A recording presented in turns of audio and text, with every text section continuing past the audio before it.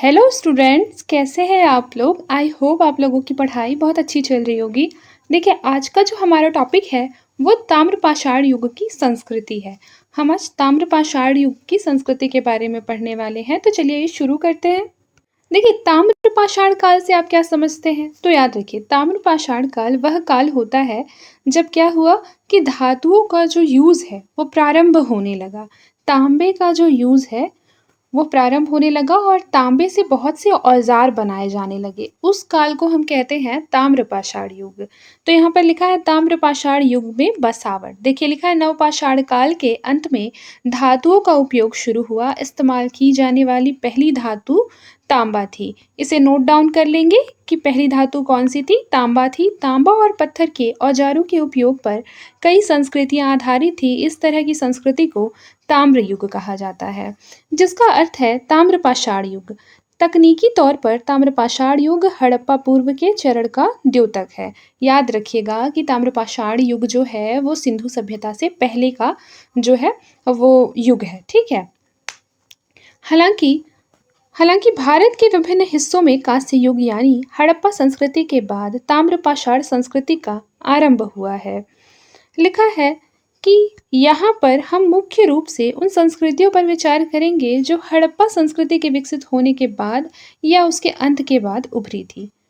तो चलिए ये शुरू करते हैं। जैसे देखिए यहाँ लिखा हुआ है कि ताम्रपाषाण लोग ज़्यादातर पत्थर और तांबे की वस्तुओं का इस्तेमाल करते थे। ये मैंने आपको पहले भी बताया है। फिर उसके बाद लिखा है लेकिन वे कभी-कभी निम्न श्रेणी के कांसे और लोहे का भी इस्तेमाल करते थे। वे मुख्य रूप से ग्रामीण समुदाय के थे जो पहाड़ी भूमि और नदियों के किनारे व्यापक क्षेत्र में फैले हुए थे। दूसरी ओर हड़प्पा के लोग कांस्य का इस्तेमाल करते थे और उन्होंने सिंधु घाटी में बाढ़ के फैलाव की वजह से बने समतल मैदानों के आधार पर शहरीकरण किया। ताम्रपाषाण युग से संबंधित बसावटें कहाँ-कहाँ मिली है? दक्षिण पूर्वी राजस्थान में मिली है, मध्य प्रदेश के पश्चिमी भाग में मिली है, पश्चिमी महाराष्ट्र में मिली है, दक्षिण और पूर्वी भारत में पाई जाती है। दक्षिण और पूर्वी राजस्थान में अहर और गिलुंद 2 स्थलों की खुदाई हुई है। वे बनास घाटी के सूखे क्षेत्रों में है। नाम क्या है? अहर और दूसरा क्या है? गिलुंद। पश्चिमी मध्य प्रदेश एवं मालवा के कयथ एवं एरन की खुदाई हुई है। मालवाई बर्तनों को ताम्रपाषाण युगीन मिट्टी के पात्रों में सबसे समृद्ध माना जाता है।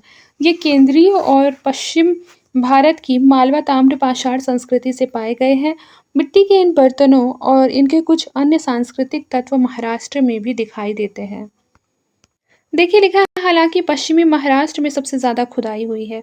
अहमदनगर जिले के जोरवे, निवासा, दायमाबाद एवं पुणे जिले में चंदोली, सोनागांव, इनामगांव, साथ ही प्रकाश एवं नासिक जैसे कई ताम्रपाषाण स्थलों के व्यापक उत्खनन वहाँ पर किया गया है। तो याद रखिए जो जितना भी यहाँ पर मैंने स्थान बताया, जैसे अहमदनगर जिले के जोरवे, निवासा, दायमाबाद, पुणे जिले के छिंदोली, सोनागांव, इनामगांव, यहाँ पर क्या है? ताम्रपाषाण स्थलों की खुदाई हुई है। अब देखिए हमारा जो दूसरा टॉपिक होने वाला है वो है हड़प्पा संस्कृति, सिंधु घाटी में कांस्य युगीन शहरीकरण। तो आइए इसके बारे में पढ़ लेते हैं।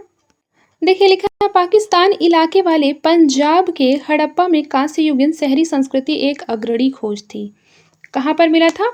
तो पाकिस्तान इलाके वाले पंजाब, यानी कि उस टाइम पे जो पंजाब था वो पाकिस्तान में मिलता था। वहाँ पर क्या हुआ?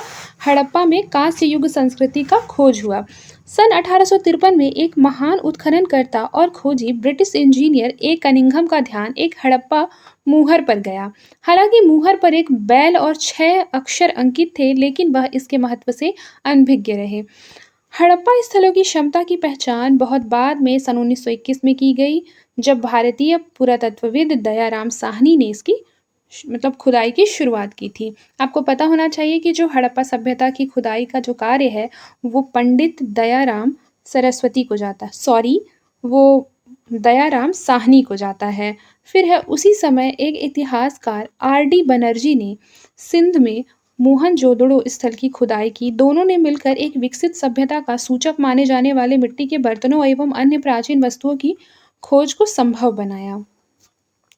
देखिए, सन 1931 में क्या हुआ कि मार्शल के सामान्य पर्यवेक्षण में बड़े पैमाने पर मोहनजोदड़ो की खुदाई की गई। मतलब बहुत सारी जगह पे क्या हुआ कि मोहनजोदड़ो में जगह-जगह पर खनन कार्य किया गया, जिसमें से क्या हुआ, सन 1938 में मेके ने उसी जगह पर खुदाई की, सन 1940 में वत्स ने हड़प्पा में खुदाई की और सन 1946 में मोर्ती मेर व्हीलर ने हड़प्पा की खुदाई की। जितने भी मतलब जितने भी बेसिकली पुरातत्वविद थे, वो लोग क्या करते थे, बार-बार उसकी खुदाई करते थे, ठीक है? सब लोगों का जो समय काल है, वो अलग-अलग है और इस तरीके से वहाँ पर बहुत से साक्ष्य इन्हें प्राप्त हुए। स्वतंत्रता पूर्व और विभाजन पूर्व काल में की गई खुदाई ने हड़प्पा संस्कृति के विभिन्न स्थलों की प्राचीन वस्तुओं को प्रकाश में लाया, जिससे कि क्या पता चला कि कांसे का जो इस्तेमाल है, वो किया गया था हड़प्पा सभ्यता में। कांसे का इस्तेमाल क्या कहाँ किया गया था? हड़प्पा सभ्यता में किया गया था। अब देखिए लिखा है स्वातंत्र्योत्तर काल में भारत और पाकिस्तान के पुरातत्वविदों ने हड़प्पा और इससे जुड़े स्थलों की खुदाई की। सूरज भान, एम के धावलीकर, जेपी जोशी, बीबी लाल, फिर है एस आर राव, बी के थापर, आर एस बिष्ट और अन्य ने गुजरात, हरियाणा और राजस्थान में काम किया। पाकिस्तान में एफ ए खान ने मध्य सिंधु घाटी में कोट दीजी की खुदाई की थी और हकरा तथा पूर्व हकरा संस्कृतियों की तरफ एम आर मुगल ने काफ़ी ध्यान दिया था। फिर है दानी ने पाकिस्तान के उत्तर पश्चिमी सीमावर्ती प्रांत में गांधार की कब्रों की खुदाई की और अमेरिका, ब्रिटेन, फ्रांस एवं इटली के पुरातत्वविदों ने भी हड़प्पा सहित कई स्थानों पर कार्य किया। ये इतना इम्पोर्टेंट नहीं है, ठीक है? बस यहाँ बता रहा है कि किस-किस तरीके से पुरातत्वविदों ने मिलकर बहुत से क्षेत्रों में खुदाई की थी। फिर देखिए शहर योजना और संरचनाएँ हड़प्पा संस्कृति की पहचान शहर योजना व्यवस्था से की जाती थी। हड़प्पा और मोहनजोदड़ो की जो मुख्य पहचान है वो गढ़ एवं टीले के रूप में थी। संभवतः यह शासक वर्ग के सदस्यों के द्वारा कब्जा कर लिया गया था। प्रत्येक शहर में गढ़ के नीचे ईंट के घरों वाला एक निचला शहर है जो आम लोगों के द्वारा बसाया गया था। शहरों में इन आवासीय व्यवस्थाओं की विशेषता यह है कि वे एक खास संरचनात्मक प्रणाली का पालन करते हुए बनाए गए थे, जिसमें क्या थे, सड़कें जो थी वो एक दूसरे को समकोण पर काटती थी। एक दूसरे को किस पर काटती थी? समकोण पर काटती थी। यानी कि जाकर कहाँ मिलती थी? समकोण पर मिल जाती थी। लिखा है ढांचे के मामले में मोहनजोदड़ो हड़प्पा से ज़्यादा विकसित था। मतलब अगर बात किया जाए स्ट्रक्चर की, बात किसकी किया जा रहा है? स्ट्रक्चर की या आप बोल सकते हैं आर्किटेक्चर की। तो वो कहाँ पे ज़्यादा विकसित रूप में था? मोहनजोदड़ो में ज़्यादा विकसित रूप में था। लेकिन जो पहली सभ्यता है वो हड़प्पा सभ्यता है। इसीलिए सिंधु घाटी सभ्यता का जो नाम है आप लोगों ने सुना होगा उसे हड़प्पा सभ्यता भी कहते हैं। फिर देखिए लिखा है शहरों में स्मारक शासक वर्ग द्वारा जुटाए गए संगठित श्रमिकों एवं कर संचय संबंधी क्षमता के प्रतीक है। ईंटों की विशाल निर्मित आम लोगों पर शासकों की प्रतिष्ठा एवं प्रभाव स्थापित करने का एक साधन थी। फिर देखिए लिखा है मोहनजोदड़ो का सबसे महत्वपूर्ण सार्वजनिक स्थान जो है वो महान स्नानागार है। ये तो हम सबको पता है हम लोगों ने ये चीज़ एनसीईआरटी में भी पढ़ा है और प्लस ये चीज़ हम लोग स्कूल लाइफ से पढ़ते आ रहे हैं। 6th-7th का आप लोग अगर एसएसटी का बुक पढ़े होंगे, ठीक है, सोशल साइंस का बुक पढ़े होंगे तो आप लोगों ने उसी टाइम पे बचपन से हमारे जो मैम लोग थे वो क्या करा देते थे, रटा देते थे कि मोहनजोदड़ो का सबसे महत्वपूर्ण जो सार्वजनिक स्थान था वहाँ का महान स्नानागार था, मतलब कि बाथरूम। ठीक है? बहुत बड़ा-सा बाथरूम था जिसमें तालाब शामिल था और भी बहुत सारी चीज़ें। फिर देखिए लिखा है यह ईंटों की खूबसूरत निर्मिती का एक बेहतरीन उदाहरण है। इसकी जो माप है वह 11.88 इंटू 7.01 मीटर और गहराई जो है 2.43 मीटर है। आपको लग रहा होगा कि ये जो है इतना मतलब ये फैक्चुअल नॉलेज इसको याद नहीं करना पड़ेगा बट इसको याद करना है क्योंकि ये आपके पीवाईक्यू में आ चुका है। यूपीएससी में भी एक बार पूछा गया था, पीसीएस में भी बहुत से स्टेट के पूछा गया है, वन डे एग्ज़ाम में भी पूछ दिया जाता है कि इसकी जो माप थी वो बेसिकली कितनी थी। जैसे कि आपका मान लीजिए गहराई पूछ देता है, फिर आपका जो मान लीजिए कि लंबाई इंटू चौड़ाई पूछ देता है, तो ये इसकी लंबाई हो गई, ये इसकी चौड़ाई हो गई, इस तरीके से। बहुत बार एग्ज़ाम में पूछा जाता है, जनरली पूछा ही जाता है, तो इसको आप एकदम अच्छे से नोट डाउन कर लेंगे। अब देखिए लिखा है तालाब की दोनों ओर से सतह पर चढ़ने की व्यवस्था थी। तालाब की दोनों ओर सतह से चढ़ने की व्यवस्था मतलब आप समझ रहे हैं? मान लीजिए ये आपका ये तालाब है, ठीक है?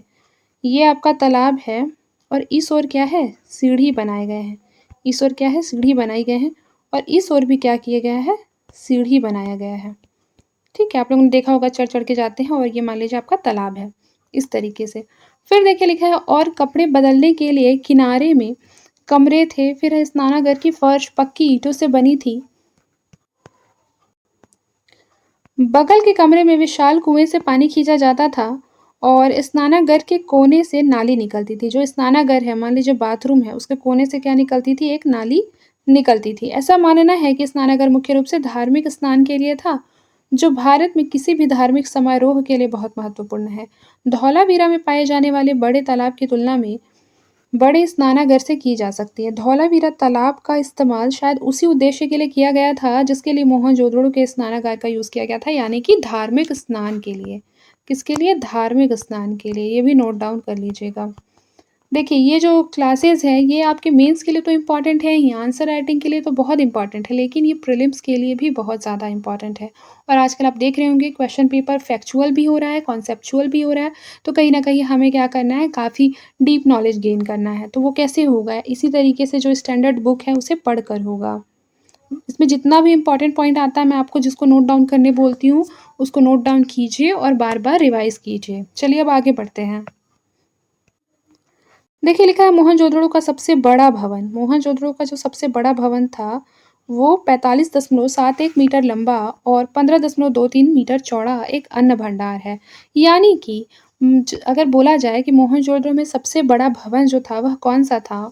और मान लीजिए स्नानागार रहेगा और अन्न भंडार रहेगा ऑप्शंस में, तो याद रखिएगा आपको अन्न भंडार पे टिक करना है। फिर हालाँकि हड़प्पा के गढ़ में हम 6 भंडार पाते हैं। ईंटों के चबूतरे की श्रृंखला ने 2 पंक्तियों में 6 भंडारों का आधार बनाया। प्रत्येक भंडार जो था वो 15.23 इंटू 6.09 मीटर का था, नदी के पास ही था। 12 इकाइयों की संयुक्त फर्श लगभग 838 वर्ग मीटर थी। फिर लिखा है यह लगभग उतने ही क्षेत्र में थी जितने में मोहनजोदड़ो का विशाल स्नानागार था। सॉरी विशाल अन्नागार था, जिसे आप बोल सकते हैं अन्न भंडार। फिर देखिए लिखा हुआ है कारीगरी और शिल्प। तो सिंधु क्षेत्र में कस्बों का उदय, कृषि संचय, कांस्य के औजारों के निर्माण के अलावा अन्य शिल्प एवं व्यापक तौर पर व्यापार और वाणिज्य पर आधारित था। इसे भारत में प्रथम शहरीकरण के रूप में जाना जाता है।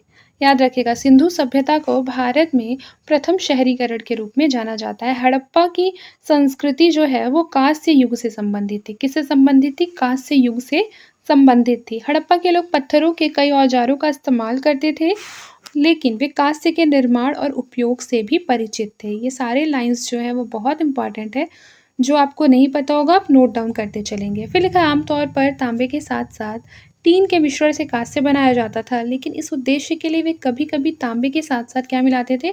आर्सेनिक भी मिलाते थे।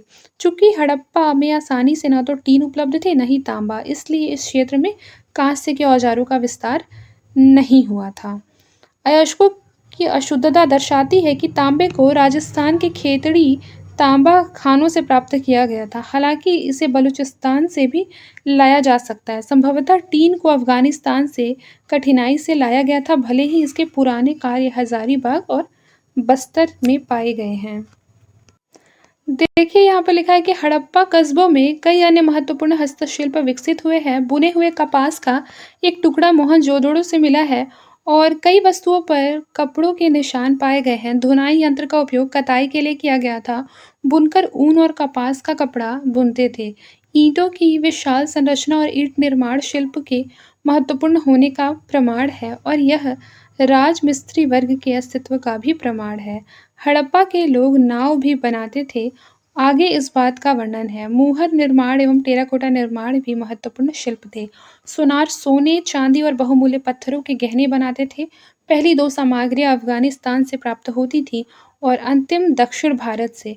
हड़प्पा के लोग मटका निर्माण के विशेषज्ञ थे। कुम्हार के पहिए का काफ़ी उपयोग किया गया था। हड़प्पा ने चमकदार, चमचमाते मिट्टी के बर्तनों का उत्पादन किया, जो उनकी विशेषता थी।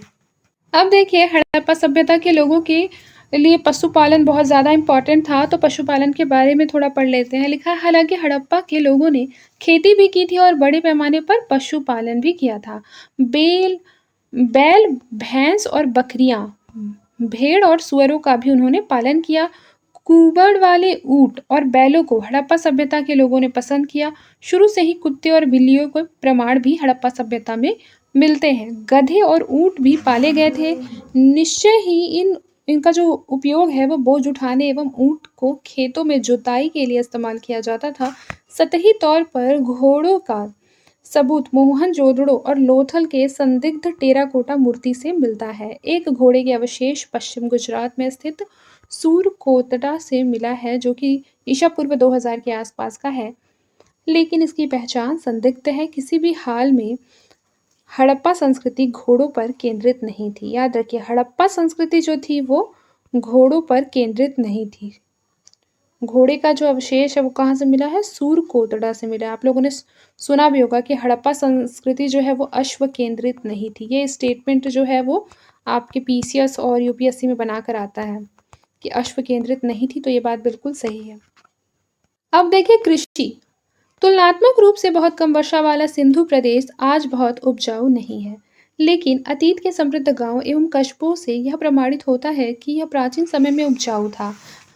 आज वर्षा लगभग 15 सेंटीमीटर है, लेकिन ईसा पूर्व चौथी शताब्दी में अलेक्जेंडर के इतिहासकारों में से एक की सूचना अनुसार सिंधु भारत का एक उपजाऊ हिस्सा था। पहले के समय में सिंधु क्षेत्र में अधिक प्राकृतिक वनस्पति थी, जो कि बारिश कराने में क्या करती थी? भूमिका अदा करती थी। याद रखिए, प्राकृतिक वनस्पति जो है वो बारिश कराने में भूमिका अदा करती थी। इससे ईंटें पकाने, उसे कठोर बनाने के लिए लकड़ी की आपूर्ति होती थी। कृषि के विस्तार एवं बड़े पैमाने पर चारागाह और ईंधन की आपूर्ति के साथ प्राकृतिक वनस्पति क्या होने लगी? नष्ट होने लगी। फिर क्षेत्र की उर्वरता का इससे भी अधिक महत्वपूर्ण कारण सिंधु नदी का वार्षिक जलमग्न होना था। मतलब सिंधु नदी क्या होती थी? वार्षिक रूप से जलमग्न हो जाती थी, पूरी तरीके से डूब जाती थी, जो कि हिमालय की सबसे लंबी नदी है। सुरक्षा के लिए ईंटों से बनी हुई दीवारों से संकेत मिलता है कि बाढ़ एक वार्षिक घटना थी। जैसे नील के मिश्र का निर्माण कर वहाँ के लोगों की सहायता की। जैसे नील ने मिश्र का निर्माण किया। नील क्या है? नील नदी की बात हो रही है यहाँ पर। इसका स्टेटमेंट मतलब ये जो इस तरीके से इसका जो वाक्य है वो फ्रेम किया गया है कि ऐसा लग रहा है मानो कुछ और है, बट नील नदी है, यहाँ होना चाहिए नील नदी ने मिस्र का निर्माण करके वहाँ के लोगों की सहायता की थी। मिस्र क्या है? अफ्रीकी कंट्री है मिस्र। फिर लिखा उसी तरीके से सिंधु नदी ने भी सिंध का निर्माण किया और सिंधु वासियों को समृद्ध किया। देखिए, सिंधु घाटी सभ्यता में व्यापार एवं वाणिज्य। सिंधु लोग जीवन में व्यापार के महत्व की जानकारी न केवल हड़प्पा, मोहनजोदड़ो और लोथल में पाए जाने वाले भंडारों से मिलती है, बल्कि वहाँ बहुत से ऐसे मुहर मिले हैं, लिपि मिले हैं, जिसकी वजह से क्या होता है? फिर देखिए, मान लीजिए वहाँ पे बहुत सा लिपि मिला है और बहुत से वजन एवं माप से संबंधित जो बाट होते हैं ना वो मिले हैं, तो उससे ये पता चलता है कि कहीं ना कहीं वहाँ व्यापार और वाणिज्य जो था उसकी जो स्थिति थी वो सुदृढ़ थी। फिर देखिए लिखा है सिंधु संस्कृति के अंतर्गत हड़प्पा समूह ने पत्थर, धातु, खाल आदि का काफी व्यापार किया। हालांकि उनके शहरों में उनके द्वारा उत्पादित वस्तुओं के लिए आवश्यक कच्चा माल नहीं था।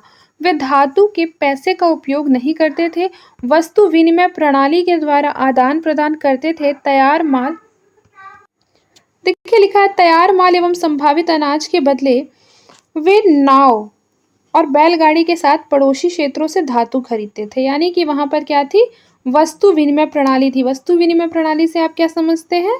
मान लीजिए हमने कोई वस्तु आयात किया है और फिर उसी के बदले किसी वस्तु को निर्यात किया है, ठीक है, यानी कि वस्तु विनिमय प्रणाली। मतलब यहाँ पर मुद्रा का अभाव था, मतलब मुद्रा जो प्रणाली है वो नहीं चलती थी, या फिर मान लीजिए चलती भी होगी तो कम मात्रा में चलती होगी, लेकिन यहाँ पर वस्तु विनिमय प्रणाली जो था वो एक बड़े पैमाने पर विद्यमान था। वे पहियों का उपयोग भी जानते थे। हड़प्पा सभ्यता के लोग हड़प्पा में ठोस पहियों वाली गाड़ियों का उपयोग भी होता था। प्रतीत होता है कि हड़प्पा ने बिना स्पोक वाले पहिए के आधुनिक एक्के के स्वरूप का इस्तेमाल किया। देखिए, हड़प्पा का जो व्यावसायिक संबंध था ऐसा नहीं था कि केवल भारत में ही था। हड़प्पा का जो व्यावसायिक संबंध था वो राजस्थान, अफगानिस्तान और ईरान के साथ था। मान लीजिए आपका ये जो मैप है, ठीक है, मान लीजिए कि ये आपका राजस्थान हो गया और इधर से अगर आप जाएँगे तो इधर आपको अफ़गानिस्तान मिल जाएगा, फिर ईरान मिल जाएगा, तो कहीं न कहीं भारत का जो व्यापार है वो इस दिशा में होता था, ठीक है? फिर देखिए यहाँ लिखा है कि उन्होंने उत्तरी अफ्रीका में एक व्यापार कॉलोनी स्थापित की थी, जिससे मध्य एशिया के साथ व्यापार करने में उन्हें मदद मिली। जैसे मैंने आपको बताया ना कि उनका जो व्यापार होता था वो इस साइड से कहाँ जाता था? मध्य एशिया की ओर जाता था।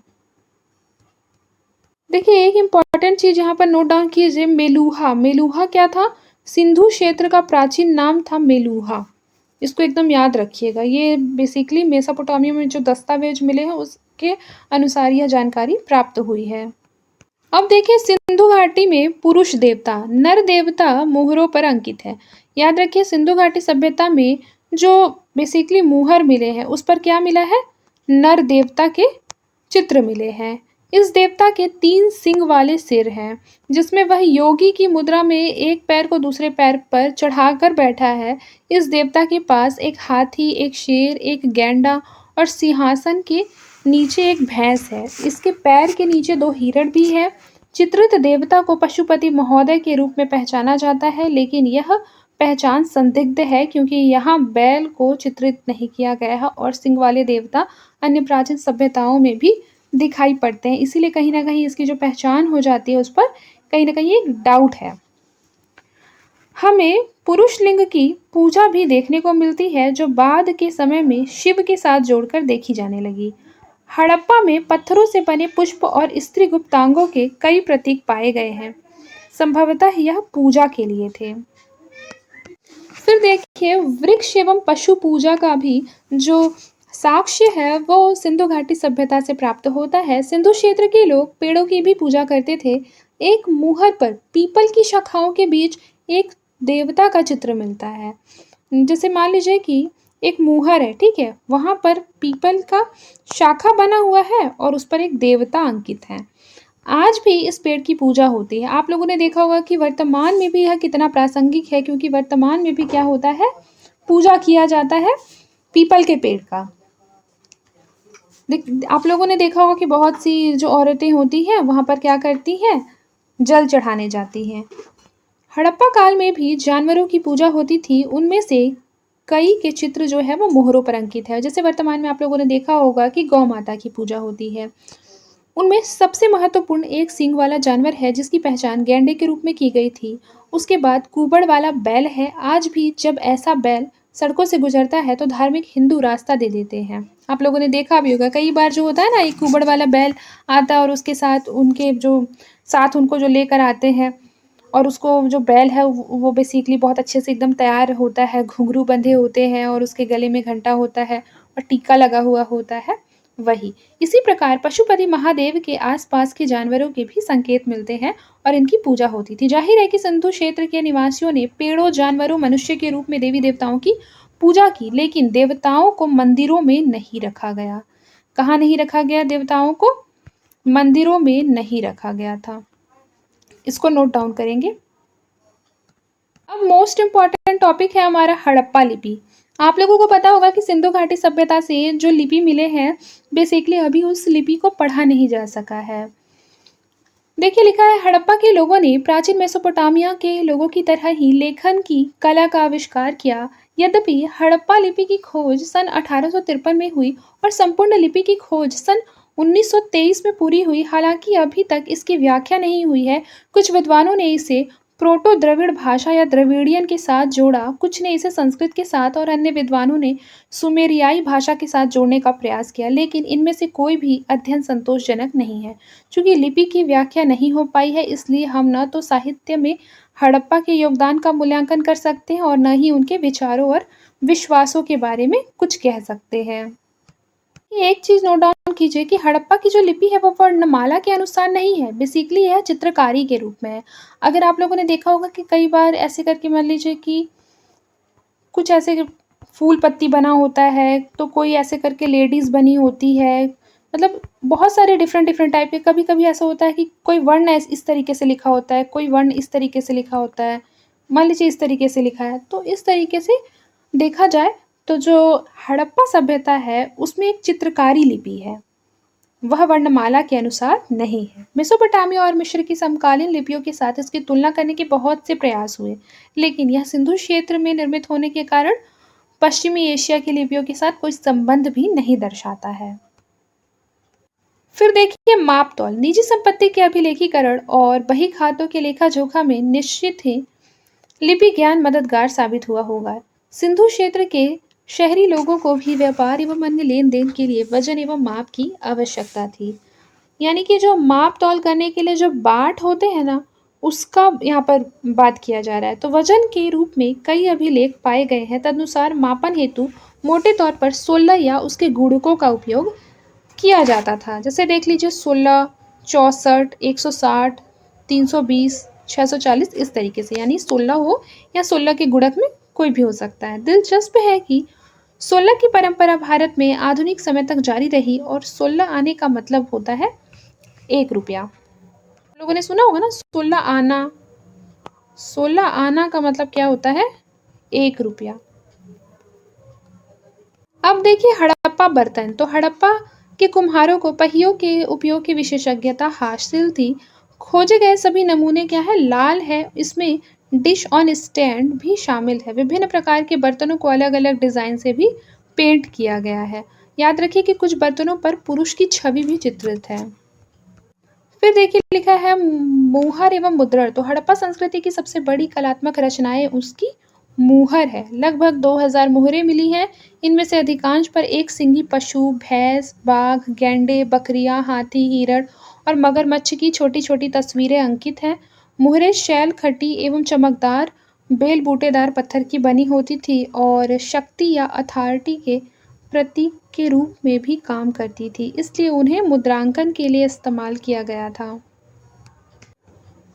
फिर देखिए लिखा है हालांकि इसके विपरीत मिस्र और मेसोपोटामिया में कुछ मुद्रांकित वस्तुएं थी जिन्हें कि सीलिंग कहा जाता था। क्या कहा जाता था? सीलिंग कहा जाता था। कभी कभी एमसीक्यूज में ये सब क्वेश्चन पूछ देता है बीच बीच से उठाकर, इसलिए आपको ये याद होना चाहिए। सिंधु घाटी सभ्यता में मूर्तियों के बारे में पढ़ लेते हैं। तो हड़प्पा के कारीगरों ने धातुओं की खूबसूरत छवियां बनाई। कांस्य से निर्मित एक महिला नर्तक इसका सबसे अच्छा नमूना है, जो कि कहाँ मिला है? ये मोहनजोदड़ो में मिला है। कांस्य से निर्मित एक महिला। फिर देखिए वह एक हार पहनने वाला नग्न है। हड़प्पा काल के पत्थर की मूर्ति के कुछ टुकड़े पाए गए हैं। शैलखटी की मूर्तियों को दाहिनी बाह के नीचे से बाएं कंधे पर ओढ़ने वाला एक सजा हुआ वस्त्र पहनाया गया है, जो कि बेसिकली एक शॉल की तरह है, जैसे शॉल ओढ़ते हैं ना उस तरीके से। और सिर के पीछे बुने हुए बालों का एक जूड़ा भी बना हुआ है। अब देखिए टेराकोटा मूर्तियां क्या होती है। तो मिट्टी की कई मूर्तियां जो है वो आग में पकाई जाती थी, जिन्हें आमतौर पर क्या कहा जाता है? टेराकोटा कहा जाता है। यानी मिट्टी की मूर्तियां जो आग में पकाई जाती थी उसे हम टेराकोटा कहते हैं। इन्हें खिलौने या पूजा की वस्तुओं में इस्तेमाल किया जाता है, आप लोगों ने देखा भी होगा। फिर देखिए पत्थर का काम। हड़प्पा और मोहनजोदड़ो में पत्थर का काम अधिक नहीं मिलता, क्योंकि इन दो महान शहरों में पत्थर नहीं प्राप्त हो सके। हालांकि धौलावीरा एवं कक्षी की जो स्थिति थी वो थोड़ी अलग थी। धौलावीरा का जो गढ़ है वो पत्थर का बना हुआ है। याद रखिएगा हड़प्पा मोहनजोदड़ो में पत्थर का काम ज़्यादा नहीं मिला है, लेकिन धौलावीरा में पत्थर का काम ज़्यादा मिला है। क्यों? क्योंकि यहाँ पर एक गढ़ मिला है जो कि पत्थर का बना है। यह एक महत्वपूर्ण कार्य था। हड़प्पा के गढ़ों में अब तक सबसे अधिक प्रभावशाली खोज है। धौलावीरा में राजमिस्त्री के कामों में ईंटों के साथ साथ काटे गए पत्थर का जो उपयोग है वह भी देखने को मिलता है। धौलावीरा में लाश दफनाने में 3 प्रकार के पत्थर की पट्टियों का उपयोग किया गया है और इनमें से कब्र पर पत्थरों का घेरा बनाया गया है और उस पर मेगालिथिक पत्थरों का एक और घेरा बनाया गया है। मेगालिथिक मतलब बड़े पत्थर और माइक्रोलिथ मतलब छोटे पत्थर। फिर देखिए ये हमारा आज का लास्ट टॉपिक है और इसके बाद हम नेक्स्ट क्लास में पढ़ेंगे बाकी के टॉपिक। देखिए सिंधु घाटी सभ्यता का जो प्रारंभ है वो हम लोगों ने पढ़ा और कैसे कैसे जो उसका जो विकास क्रम है वो आगे बढ़ा। लेकिन अब हम लोग देखेंगे कि सिंधु संस्कृति का अंत कैसे हुआ। विभिन्न विद्वानों के विभिन्न विभिन्न मत हैं इसमें, कई विद्वानों में आपस में मतभेद भी हैं। देखिए आइए पढ़ते हैं। लिखा है कि विकसित हड़प्पा संस्कृति आमतौर पर ईसा पूर्व 2500 से 1900 के बीच मौजूद थी। प्रतीत होता है कि उस पूरे अंतराल की संपूर्ण जीवन शैली में समान उपकरण, औजार और घर मौजूद थे। पूरी जीवन शैली एक समान थी, एक तरह की शहर योजना, एक जैसी मुहरें, एक तरह के टेराकोटा और समान चमकीली लंबी ब्लेड। हालांकि यह एक रूपता वाली दृष्टि बहुत दूर तक नहीं जा सकते। मोहनजोदड़ो काल में कुछ समय बाद बर्तनों में परिवर्तन दिखते हैं। ईसा पूर्व 19वीं सदी तक हड़प्पा संस्कृति के दो महत्वपूर्ण शहर हड़प्पा और मोहनजोदड़ो क्या हो गए, गायब हो गए। लेकिन अन्य स्थलों पर हड़प्पा संस्कृति धीरे धीरे खत्म हुई। गुजरात, राजस्थान, हरियाणा, पश्चिमी उत्तर प्रदेश के बाहरी क्षेत्रों में ईसा पूर्व 1500 तक यह खत्म होते होते जारी रही। देखिए यहाँ साफ साफ लिखा है कि संस्कृति का पतन का कोई एक कारण ढूंढना बहुत मुश्किल है, यानी बहुत सारे डिफरेंट डिफरेंट इसके रीजन हो सकते हैं कि जिस तरीके से सिंधु घाटी सभ्यता का अंत हो गया। पर्यावरण इसका महत्वपूर्ण कारक हो सकता है। मान लीजिए पर्यावरण में किसी तरीके का कोई परिवर्तन आया, मान लीजिए कोई क्लाइमेट चेंज आ गया, वो भी इसका रीजन हो सकता है। फिर हड़प्पा क्षेत्र में यमुना और सतलज दोनों ईसा पूर्व 1700 के आसपास सरस्वती या हकरा से दूर चली गई, अर्थात जलापूर्ति में कमी हुई। इसी तरह उस दौरान वर्षा कम हो गई। मोहनजोदड़ो में बाढ़ के मद्देनजर कुछ लोग सिंधु में बांध निर्माण की बात करते हैं। फिर लिखा है कि ये कारक प्रतिकूल साबित होंगे, लेकिन मानवीय गतिविधियों में असफलता की अनदेखी नहीं की जा सकती। ऐसा प्रतीत होता है कि मेसोपोटामिया के लोग ज़्यादा दूर होने के कारण समुद्री व्यापार के अचानक अंत से शिल्प की कला का व्यापार वाणिज्य खत्म हो गया। लापीस लाजुली, मोती इत्यादि राजशाही वस्तुओं का व्यापार मुख्य रूप से इलाम से होता था। बेसिकली यहाँ पर यह बताना चाह रहा है कि एक रीज़न तो है नहीं, बहुत से रीज़न है। मान लीजिए कभी ऐसा भी हो सकता है कि यहाँ पे जलापूर्ति में कमी हो गई थी, कोई बाढ़ आ गया था, या फिर क्लाइमेट चेंज हो गया था। कुछ लोग ऐसा कहते हैं कि बांध निर्माण की वजह से प्रतिकूल प्रभाव देखने को मिल गया, या फिर ऐसा हो सकता है कि बहुत ज़्यादा दूर दूर व्यापार करने की जगह वो लोग क्या किए, उसी जगह पर जाकर बस गए। इस वजह से वहाँ व्यापार वाणिज्य खत्म हो गया, और ख़त्म होते होते क्या हो गया कि वहाँ के लोग जो हैं वो अन्य जगह पर जाकर बस गए। तो बहुत से रीज़न हो सकते हैं सिंधु घाटी सभ्यता के अंत होने के। आई होप आप लोगों को क्लास समझ में आया होगा। जो भी इंपॉर्टेंट पॉइंट लगता है वो आप लोग नोट डाउन कर लिया कीजिए, ठीक है। आज के लिए बस इतना ही, मिलते हैं नेक्स्ट क्लास में। तब तक के लिए अपना ख्याल रखें और मन लगाकर पढ़ाई करते रहें।